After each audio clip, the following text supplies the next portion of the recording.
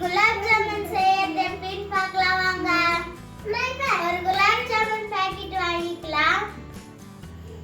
குலாப் ஜாமுன் செய்யறதுக்கு ஒரு டம்ளர் காய்ச்சின பால் எடுத்து ஆற வச்சுக்கோங்க. அதை வச்சுதான் நம்ம குலாப் ஜாமுனுக்கு மாவு பிசைய போறோம். அப்பதான் குலாப் ஜாமுன் நல்லா சாஃப்டா வரும். ஃபர்ஸ்ட் மாவு பிரிச்சு டப்பால கொட்டிக்கோங்க.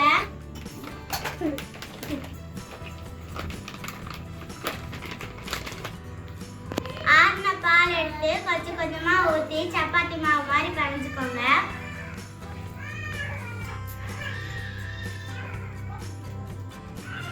ஹார்டா பிணையணும்னா கொஞ்சம் கொஞ்சமா ஊற்றி சாஃப்டா பிணைச்சுக்கோங்க.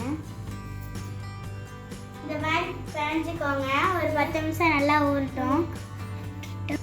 அதுக்குள்ள நம்ம பாகு காய்ச்சிடலாம். பாகு செய்யறதுக்கு ஒரு கப் சர்க்கரை எடுத்துட்டு ஒரு கப் தண்ணி எடுத்துக்கோங்க.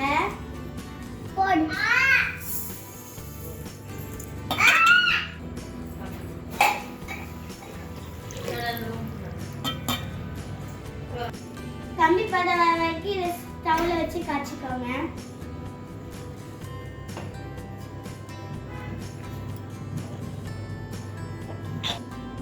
பாகுக்குள்ள 5-6 ஏலக்காய் போட்டுக்கோங்க. அப்பதான் நல்ல மணமா இருக்கும்.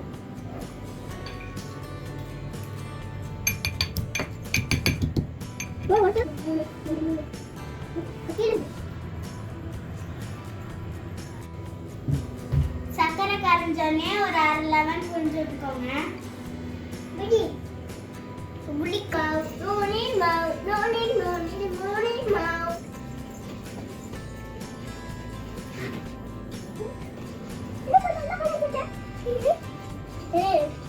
இப்ப தெரிஞ்சுக்கோ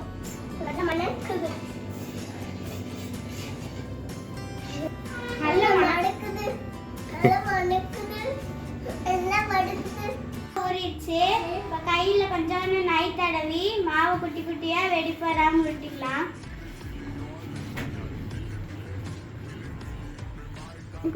இந்த மாதிரி சின்ன சின்ன பாலா எல்லாத்தையும் உருட்டி எடுத்துக்கோங்க. அடுப்புல கடாயை வச்சு கொஞ்சம் எண்ணெய் ஊற்றிக்கலாம்.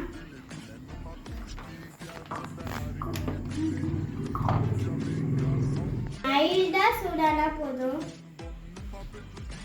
சிம்ல வச்சு ஒன்னா போட்டு நல்லா பொன்னிறமா பொரிச்சு எடுத்துக்கோங்க.